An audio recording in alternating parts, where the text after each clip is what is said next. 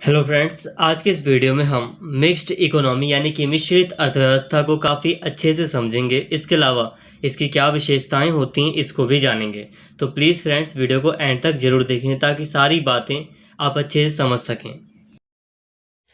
मिश्रित अर्थव्यवस्था में दो प्रणालियों पूंजीवाद एवं समाजवाद का समावेश होता है। मिश्रित अर्थव्यवस्था में पूंजीवाद एवं समाजवाद दोनों प्रणालियों की विशेषताओं का सह अस्तित्व को एक्सिस्टेंस होने के कारण मिश्रित अर्थव्यवस्था को पूंजीवाद एवं समाजवाद का एक मध्यम मार्ग कहा जा सकता है। पूंजीवाद में कोई सरकार हस्तक्षेप नहीं होता है। सरकार अर्थव्यवस्था में किसी प्रकार का हस्तक्षेप नहीं करती है। मुक्त बाजार पाया जाता है जिसके कारण व्यापार चक्र, प्रतियोगिता अपव्यय, आर्थिक अस्थिरता, वर्ग संघर्ष, शोषण जैसी समस्याएं उपस्थित होती हैं। मतलब पूंजीवाद में भी समस्याएं पाई जाती हैं, जैसे कि थोड़ा कंपटीशन ज़्यादा होता है, फिजूल खर्ची देखी जाती है। इसके अलावा आर्थिक अस्थिरता होती है और शोषण होता है गरीब लोगों का। दूसरी ओर समाजवाद में ठीक इसके विपरीत आर्थिक स्वतंत्रताओं की समाप्ति हो जाती है। नौकरशाही तंत्र का वर्चस्व आदि होता है। तो ये भी समाजवाद में भी कुछ दोष पाए जाते हैं। तो दोनों ही प्रणालियों के दोषपूर्ण होने के कारण युद्धोत्तर काल में यानी कि युद्ध के बाद, द्वितीय विश्व युद्ध के बाद के काल में यह आवश्यक समझा गया कि अर्थव्यवस्था के सर्वांगीण विकास के लिए हमेशा अर्थव्यवस्था विकास करे, इसके लिए तथा सामाजिक एवं आर्थिक न्याय सुनिश्चित करने के लिए ऐसी प्रणाली क्रियान्वित की जाए जिसमें पूंजीवाद की स्वतंत्रता तो हो, किंतु वह स्वतंत्रता सरकार की नीतियों द्वारा संचालित एवं नियंत्रित हो तथा साथ ही साथ सरकार द्वारा संचालित सार्वजनिक क्षेत्र अर्थव्यवस्था को एक समाजवादी आधार दे सकें। इस विचारधारा के परिणाम स्वरूप मिश्रित अर्थव्यवस्था का विचार अस्तित्व में आया। मिश्रित अर्थव्यवस्था में निजी क्षेत्र यानी कि प्राइवेट सेक्टर तथा सार्वजनिक क्षेत्र पब्लिक सेक्टर दोनों का सह अस्तित्व होता है। देखिए दोस्तों, अभी तक हमने जो भी मिश्रित अर्थव्यवस्था को समझा उसका जो मीनिंग है अब मैंने आपको बहुत ही विस्तार से समझा दिया है। बट इसका जो अगर हम कुछ शब्दों में इसके मतलब की बात करें तो इसका मतलब बिल्कुल साफ है कि मिक्स्ड इकोनॉमी में, मिश्रित अर्थव्यवस्था में पूंजीवादी अर्थव्यवस्था और समाजवादी अर्थव्यवस्था ये दोनों ही चीज़ें होती हैं। इन दोनों के ही गुण शामिल होते हैं।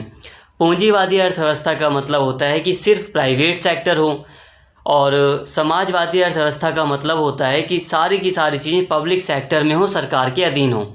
तो मिश्रित अर्थव्यवस्था में कुछ चीज़ें सरकार के अधीन होती हैं तो कुछ चीज़ें प्राइवेट सेक्टर के अधीन होती हैं। मतलब पब्लिक सेक्टर और प्राइवेट सेक्टर दोनों ही पाया जाता है। जिस अर्थव्यवस्था में पब्लिक सेक्टर और प्राइवेट सेक्टर दोनों ही पाया जाए उसे हम मिक्स्ड इकोनॉमी या मिश्रित अर्थव्यवस्था कहते हैं।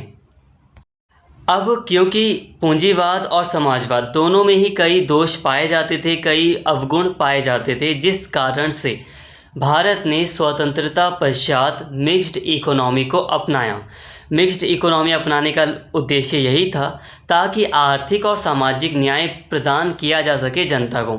आर्थिक न्याय का मतलब है कि आर्थिक विकास का मतलब है कि देश पैसे के मामले में सुदृढ़ हो, अमीर बने, तरक्की पे जाए। बट सामाजिक न्याय का मतलब है कि गरीबी भी कम की जाए। अब गरीबी मार्केट के द्वारा तो कम नहीं की जा सकती। गरीबी कम करना है तो सरकार को तो इंटरफेयर करना पड़ेगा, हस्तक्षेप करना पड़ेगा। तो इसलिए मिश्रित अर्थव्यवस्था को अपनाया। अब हम बात करते हैं कुछ परिभाषाओं की।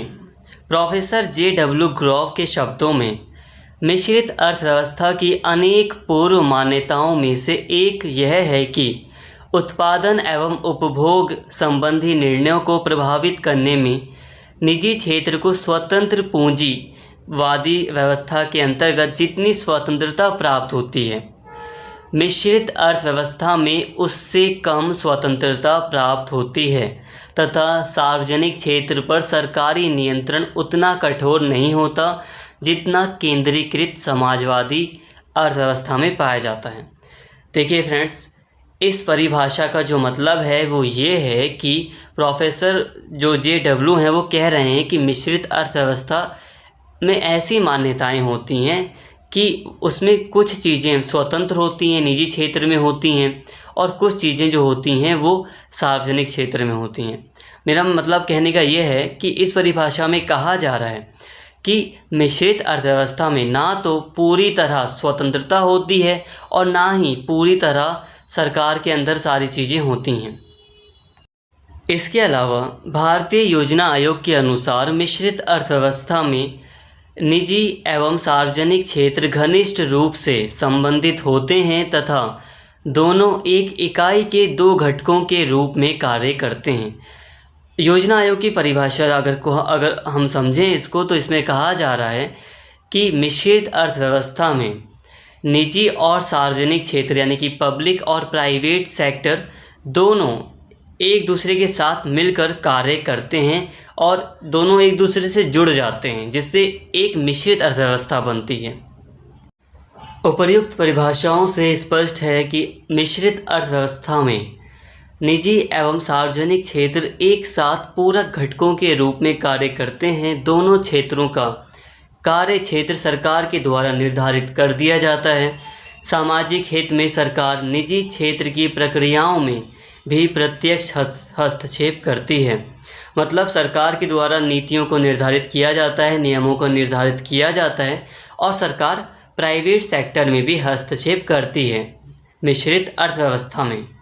इस प्रकार मिश्रित अर्थव्यवस्था में निजी क्षेत्र सरकार की नीतियों द्वारा नियंत्रित अर्थव्यवस्था होती है। तो फ्रेंड्स, इसमें कोई समझाने वाली चीज़ें ज़्यादा नहीं हैं, इसलिए अब हम आगे बढ़ते हैं। अगर आपको यहाँ तक नहीं समझ में आया है तो एक बार आप वीडियो को दोबारा देखिए, आप शब्दों को ध्यान से पढ़िए या सुनिए, आपको यकीनन ये बातें समझ में आ जाएंगी। अब हम अपने नेक्स्ट टॉपिक की बात करते हैं, जो कि है मिश्रित अर्थव्यवस्था की विशेषताएं। इसकी पहली विशेषता है निजी एवं सार्वजनिक क्षेत्र का सह अस्तित्व। मिश्रित अर्थव्यवस्था में पूंजीवाद एवं समाजवाद दोनों प्रणालियों की विशेषताओं को सम्मिलित करके अर्थव्यवस्था के संचालन के लिए एक मध्य मार्ग अपनाया जाता है। मतलब मिश्रित अर्थव्यवस्था में पूंजीवाद और समाजवाद दोनों को ही अपना लिया जाता है और एक बीच का रास्ता अपनाया जाता है। आधी बातें पूंजीवाद से ली जाती हैं, आधी बातें समाजवाद से ली जाती हैं। इसके अलावा मिश्रित अर्थव्यवस्था में निजी क्षेत्र एवं सार्वजनिक क्षेत्र दोनों अपने निर्धारित कार्यों को सरकारी निर्देशन में करते हैं। मिश्रित अर्थव्यवस्था में चाहे वो निजी क्षेत्र हो, पब्लिक या प्राइवेट सेक्टर हो या पब्लिक सेक्टर हो, दोनों सरकार के द्वारा बनाए गए नियमों के तहत ही काम करते हैं।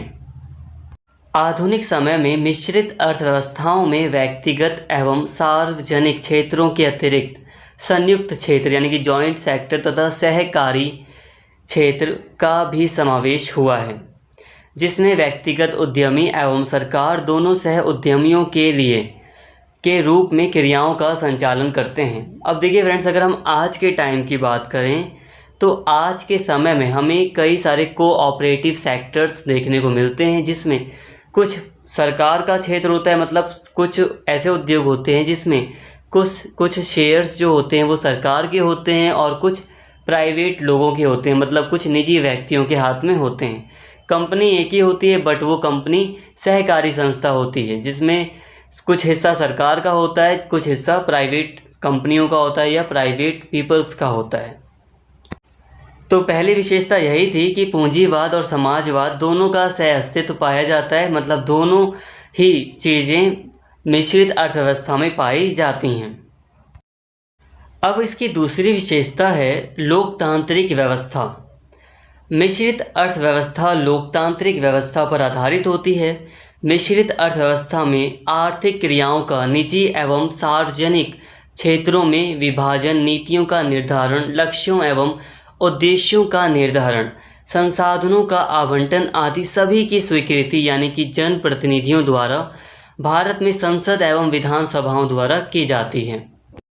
मतलब मिश्रित अर्थव्यवस्था में नियम वगैरह जो बनाए जाते हैं सार्वजनिक और निजी क्षेत्र के लिए, वो जनता के प्रतिनिधियों के द्वारा बनाए जाते हैं। तो इस प्रकार मिश्रित अर्थव्यवस्था का संचालन लोकतांत्रिक पद्धति पर किया जाता है, मतलब ये लोकतांत्रिक पद्धति पर आधारित होती है और एक अधिकार एवं तानाशाही प्रवृत्तियों के उदय की कोई संभावना नहीं रहती है। तो फ्रेंड्स, मिश्रित अर्थव्यवस्था यानी कि मिक्स्ड इकोनॉमी की दूसरी विशेषता यही थी कि ये लोकतांत्रिक व्यवस्था पर आधारित होती है या लोकतांत्रिक व्यवस्था में पाई जाती है। अब इसकी तीसरी विशेषता है आर्थिक नियोजन, इकोनॉमिक प्लानिंग।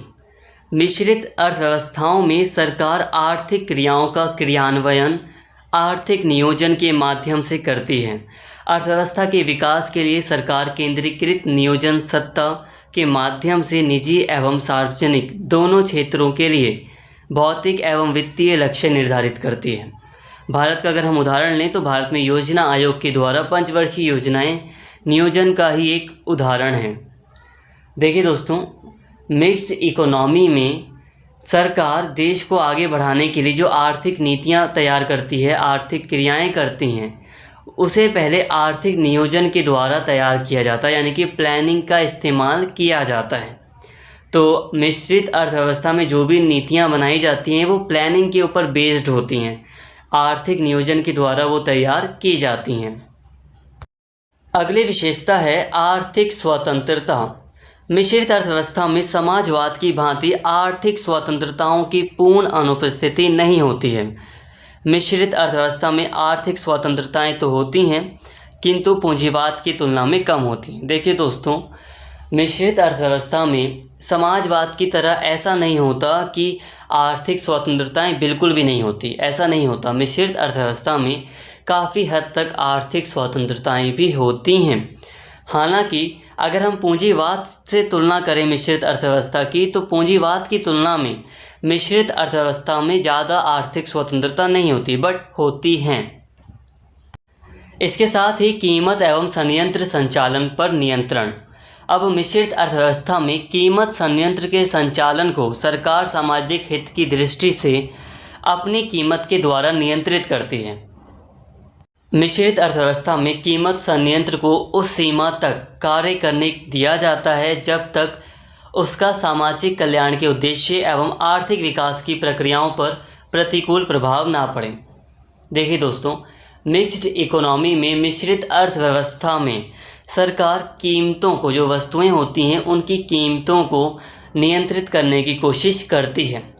जैसे कि अब किसी चीज़ का रेट बहुत हाई होता है तो सरकार कोशिश करती है कि उसको कम कर दिया जाए। सरकार कोशिश करती है कि वो आम लोगों तक आसानी से पहुंच सकें।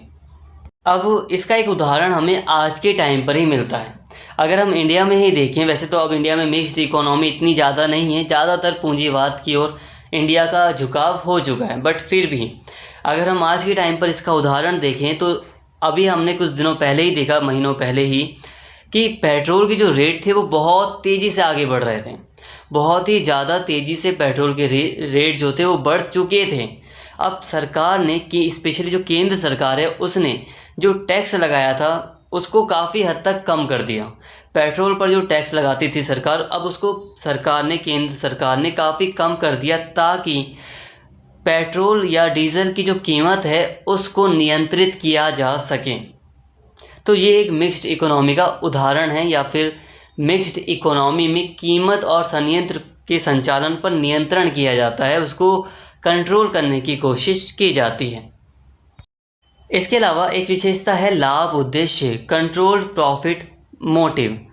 मिश्रित अर्थव्यवस्था में आर्थिक स्वतंत्रता का संचालन लाभ उद्देश्य की भावना से किया जाता है। अर्थव्यवस्थाओं में साधनों का आवंटन इसी लाभ उद्देश्य के आधार पर किया जाता है, किंतु लाभ उद्देश्य को इस अर्थव्यवस्था में पूर्ण रूपेण स्वतंत्र नहीं छोड़ दिया जाता है। व्यक्तिगत व्यवसायियों एवं व्यक्तियों को उस सीमा तक धन कमाने की स्वतंत्रता होती है जब तक उसका सामाजिक समानता एवं न्याय के उद्देश्य पर प्रतिकूल प्रभाव ना पड़े। देखिए दोस्तों, मिक्स्ड इकोनॉमी में, मिश्रित अर्थव्यवस्था में लोगों या कंपनियों का जो उद्देश्य होता है वो एक उद्देश्य होता है लाभ कमाना। जो व्यक्तिगत लोग होते हैं या जो कंपनियां होती हैं वो लाभ कमाने के उद्देश्य से काम करती हैं, प्रॉफिट कमाने के उद्देश्य से काम करती हैं। बट इसके साथ ही यहाँ पर एक बाउंडेशन ये है कि वो लाभ तभी तक कमा सकती हैं जब तक वो जायज़ होता है। अब कोई कंपनी लोगों का अगर शोषण करने लगे लाभ कमाने के रूप में, तो उस पर सरकार के द्वारा कंट्रोल भी किया जाता है, कई प्रतिबंध भी लगाए जाते हैं। इनडायरेक्टली कहा जाए तो महंगाई पर कंट्रोल किया जाता है। अगर किसी चीज़ को, अगर 2 रुपये की चीज़ है, अगर आप उसको 20 रुपये में बेच रहे हो, आप लाभ कमाने के बजाय आप एक नाजायज़ फ़ायदा उठा रहे हो, बहुत ज़्यादा ही लाभ प्रॉफिट कमाना चाह रहे हो, तो ऐसा नहीं कर सकते। मिक्स्ड इकोनॉमी में इन चीज़ों पर प्रतिबंध लगाए जाते हैं। लाभ, एक सीमित लाभ ही आप कमा सकते हो। इसके अलावा एक विशेषता है आर्थिक समानता एवं सामाजिक न्याय, economic equality and social justice.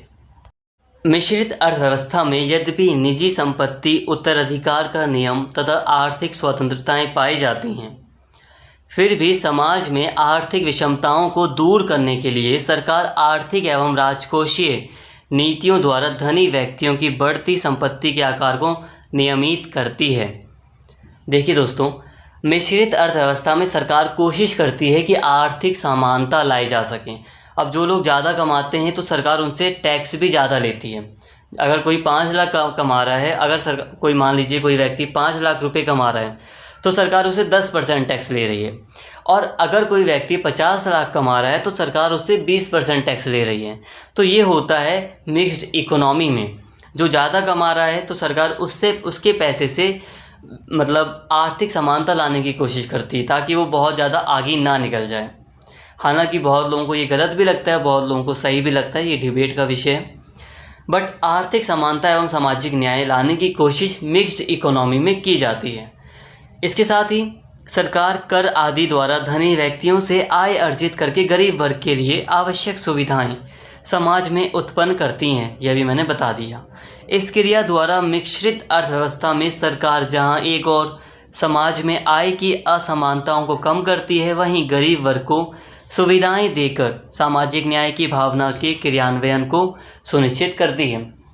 कहने का मतलब यही है कि जो बड़े अमीर लोग हैं, जो ज़्यादा पैसा कमा रहे हैं, तो सरकार उनसे ज़्यादा टैक्स लेती है और उनका टैक्स का यूज़ करके सरकार गरीबों को सुविधाएं प्रदान करती है। लाइक जो हॉस्पिटल्स हैं, गवर्नमेंट स्कूल्स वगैरह हैं, तो वो टैक्स के थ्रू ही तो चलते हैं। तो सरकार सामाजिक न्याय और आर्थिक समानता दोनों देने की कोशिश करती है। तो फ्रेंड्स, आज की इस वीडियो में फ़िलहाल इतना ही। और अगर आपको वीडियो अच्छी लगी हो तो प्लीज़ चैनल को सब्सक्राइब कर लें और इस वीडियो को ज़्यादा से ज़्यादा शेयर करें और लाइक करें। Thank you.